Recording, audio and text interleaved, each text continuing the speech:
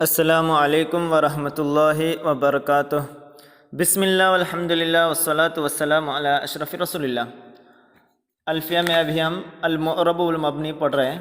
تو پچھلے کلاس میں ہم افعال میں جو معرب اور مبنی ہوتے ہیں وہ پڑھے ہیں، چرچا کیے ہیں۔ فعل میں کب مبنی ہوتے ہیں، کون سے معرب ہوتے ہیں۔ پھر اس کے بعد ابھی حروف کا چرچا ہے، حروف میں کون سے مبنی ہے، معرب ہے، پھر مبنی کون سی حالتوں میں ہوتے ہیں۔ تو سب سے پہلے ایک مرتبہ شاعری کی طرف دیکھتے ہیں۔ وَكُلُّ حَرْفٍ مُسْتَحِقٌّ لِلْبِنَاءِ وَالْأَصْلُ فِي الْمَبْنِيِّ أَنْ يُسَكَّنَا وَمِنْهُ ذُو فَتْحٍ وَذُو كَسْرٍ وَضَمٍ كَأَيْنَ أَمْسِي حَيْثُ وَالسَّاكِنُ كَمْ۔ معنی کیا؟ وَكُلُّ حَرْفٍ، تمام حروف، مستحق للبناء، مبنی ہونے کے مستحق ہیں، والأصل، اور اصل، فی المبنی، مبنی ہونے میں اصل کیا ہے، ان یسکنا، کیا کیا جانا، سکون دیا جانا۔ ومنہ، اور اس میں سے ہیں، ذو فتحن، فتح والے بھی ہیں، وذو کسرن، اور کسر والے بھی ہیں، وضمن، اور ضم والے بھی ہیں، جیسے کا اینا ہے، امسی، حیثو، والساکن، اور ساکن سکون والا کم۔ یعنی یہ شاعری میں یہ بتا رہے ہیں کہ تمام حروف، جتنے بھی حروف ہیں وہ تمام حروف کیا ہیں، مبنی ہوتے ہیں، حروف پورے مبنی ہوتے ہیں۔ پھر اس کے بعد یہ بتا رہے ہیں کہ مبنی جو ہوتے ہیں، حروف ہو، اسم ہو یا فعل ہو، کچھ بھی ہو، وہ کون سی حالتوں میں ہوتے ہیں۔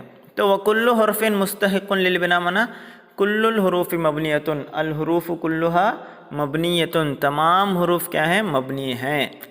پھر اس کے بعد بتا رہے ہیں وَالْأَصْلُ فِي الْمَبْنِي أَن يُسَكَّنَا، یعنی یہ بتانا چاہتے ہیں کہ مبنی اصل میں کیا ہے، سکون پر ہونا ہے، کچھ بھی ہو، فعل ہو، اسم ہو، حرف ہو، کوئی بھی ہو، وَالْأَصْلُ، اس میں اصل کیا ہے، سکون پر وہ مبنی ہونا ہے۔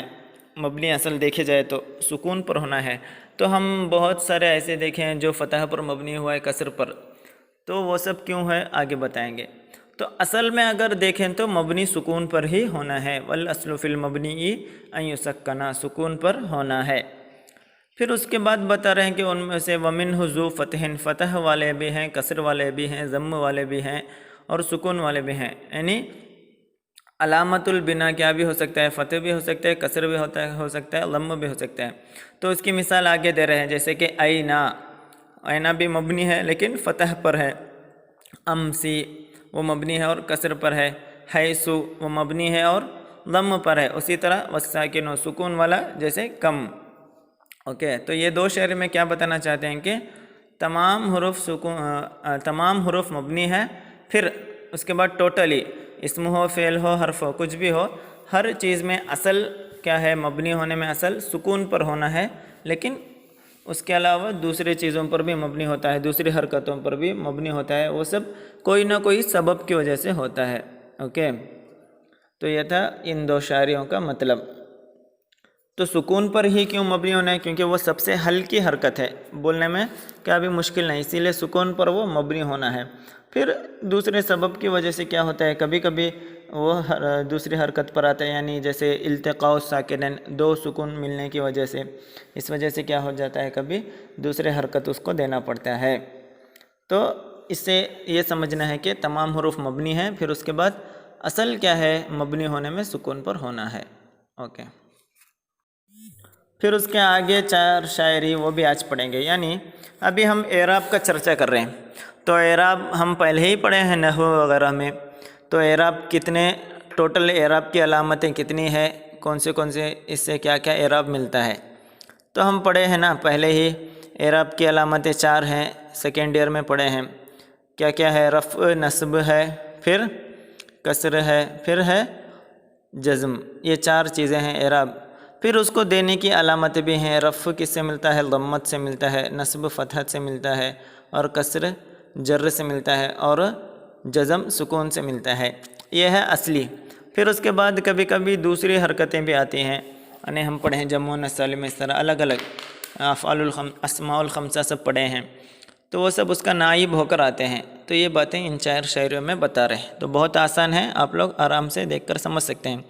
تو سب سے پہلے شاعری دیکھیں، والرفع والنسب جعل الإعرابا لاسم وفعل نهولا آهابا والاسم قد خصص بالجر كما قد خصص الفعل بأن ينجازما فارفع بضم وانصبا فتحا وجر كسرا كذكر الله أبداه يسر وجزم بتسكين وغير ما ذكر ينوب نحو جاء خوبانی نمر.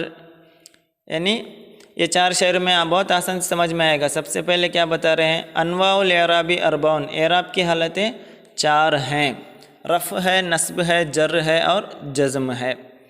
پھر اس میں سے رفع اور نصب اسم میں بھی ہوتے ہیں، فعل میں بھی ہوتے ہیں، اور اس کے بعد جر صرف اسم میں ہوتا ہے اور جزم صرف فعل میں ہوتا ہے. تو شاعری کا معنی والرفع، رفع کو، والنصب اور نصب کو، اجعلن تم بناؤ، کیا بناؤ؟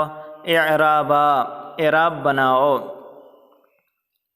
تو اسم اور فعل کو ہم کہتے ہیں مرفوع و منصوب. اسم میں بھی آتا ہے، فعل میں بھی آتا ہے. تو والرفع والنصب اجعلن، رفع اور نصب کو بناؤ اعرابا، اعراب بناؤ. لاسم، اسم کے لیے بھی بناؤ، اور فعل، فعل کے لیے بھی. نحو، جیسے مثال لن اہابا، اہابا یعنی میں نہیں ڈرتا ہوں، اہابا یحیبو ہے. تو یہاں الف جو ایکسٹرا آیا ہے وہ شاعری کے لیے، وہ زیادتی کے لیے آیا ہے. تو اس کا اعراب کیسے ہوگا؟ لن حرف نفین ہے اور نصب دینے والا حرف ہے للفعل المضارع.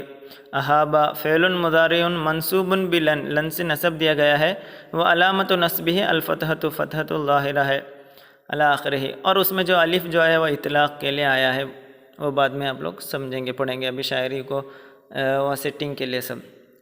پھر اس کے بعد نیکسٹ شعر میں کیا بتا رہے ہیں؟ والاسم، اسم قد خصص بالجر، اسم کو جر سے خاص کیا گیا ہے. یعنی حالت الجر خاصۃ بالاسم، یہ جر جو حالت ہے وہ صرف اسموں میں آتا ہے فقط. تو فالفعل، فعل کو کبھی بھی جر نہیں ملتا ہے. کما، جس طرح سے قد خصص فعل، جیسے کہ فعل کو خاص کیا گیا ہے بأن ينجازما، جزم دیا جانا. تو جزم جو ہے، سکون، وہ صرف فعل میں آتا ہے، اور جر جو ہے وہ صرف اسم میں آتا ہے. اوکے. وحالت الجزم خاصۃ بالفعل فقط فالاسم لا یجزم، اسم کبھی بھی جر نہیں ہوتا ہے، جزم نہیں ملتا ہے. پھر دیکھو، تو والاسم قد خصص بالجر کما قد خصص الفعل بأن جزم. تو اس سے سمجھ میں آئے گا اسم میں تین علامتیں ہو سکتی ہیں. کیا کیا؟ یرفع، ینصب، یجر. رفع بھی ملتا ہے کبھی، نصب ملتا ہے، جر ملتا ہے. اور فعل میں بھی تین، یرفع رفع ملتا ہے، ینصب نصب بھی ملتا ہے، اور یجزم سکون ملتا ہے. اوکے. پھر اس کے بعد نیکسٹ شاعری میں یہ بتا رہے ہیں کہ اعراب کس سے دینا ہے. رفع تو اس کا اعراب ہے، لیکن وہ دینے کی علامت کیا ہے؟ تو رفع کس سے ملتا ہے؟ ضمت سے ملتا ہے. اس کی شاعری کیا ہے؟ فرفع، تو تم رفع دو بضم، ضم سے. وانصبن، اور نصب دو فتحن، فتح سے. وجر، اور تم کیا کرو؟ کسر دو. وجر، اور جر دو کس سے؟ کسرن، کسر سے. جیسے مثال کا ذکر اللہ عبدہ یسر، جیسے اس کا مطلب ذکر اللہ، اللہ کا ذکر کرنا، عبدہ اس کے بندے کو، یسر اصل میں یسر ہے، فعل مضارع ہے. تو اللہ اپنے بندے کو ذکر کرنا، بندے کو خوش کرتا ہے. فرفع بضم، تو اس کا یہ دیکھو. تو علامت اعراب الاصلیہ، اصلی اعراب کی علامتیں چار ہیں. الرفع، رفع کس سے ملتا ہے؟ ضمت سے ملتا ہے. اور نصب الفتحۃ، فتحہ سے ملتا ہے. اور جر کسرت سے ملتا ہے، لیکن یہ خاص بالاسم، اسم سے خاص ہے. اور جزم سکون سے ملتا ہے، وہ خاص بالفعل، فعل سے خاص ہے. تو یہ ہے چار اصلی اعراب کی علامتیں. تو ہم یہ اصلی اعراب کی علامتیں ہیں، اس کا نائب ہو کر دوسرے بھی آتا ہے. تو آگے شاعری میں وہی بتا رہے ہیں وجزم بتسکین، سکون سے تم جزم دو. وہ غیر ما ذکر، اس کے علاوہ جو ہم ذکر نہیں کیے ہیں، ینوب، وہ نائب ہو کر آتا ہے. نہ ہوا جیسے جاء اخو بنی نمر ہے، جاء ہے اصل میں، تو جاء آیا، اخو بنی نمر، بنی نمر کا بھائی آیا. تو اخو یہاں اس کو پیش ملا ہے کس سے؟ واو سے، کیونکہ یہ اسماء الخمسہ ہے. اور بنی اس کو جر ملا ہے کس سے؟ یا سے. تو یہ سب انشاءاللہ آگے شاعری میں ہم پڑھیں گے. تو چار یہ شاعری میں کیا بتا رہے ہیں کہ رفع، نصب، ٹوٹل اعراب کی علامتیں چار ہیں: رفع، نصب، جر، جزم. اور اس میں سے رفع اور نصب اسم میں بھی ہوتا ہے، فعل میں بھی ہوتا ہے۔ پھر اس کے بعد جو اسم سے خاص ہونے والی علامت ہے جر، اور فعل سے خاص ہونے والی ہے جزم، اور یہ ہے اصل اعراب۔ پھر ان کو علامتیں بھی 4 ہیں، رفع ضمت سے ملتا ہے، اور نصب فتحت سے ملتا ہے، اور جر کسرت سے ملتا ہے، اور جزم سکون سے ملتا ہے۔ اور اس کے علاوہ ہم جو ذکر نہیں کہیں وہ دوسرے کا نائب ہو کر آتا ہے، ٹھیک ہے۔ تو یہ ہے آج کی کلاس، کیا بھی ڈاؤٹ ہو تو پوچھ سکتے ہیں، آرام سے سمجھ سکتے ہیں، بہت آسان ہے۔ السلام علیکم ورحمۃ اللہ وبرکاتہ۔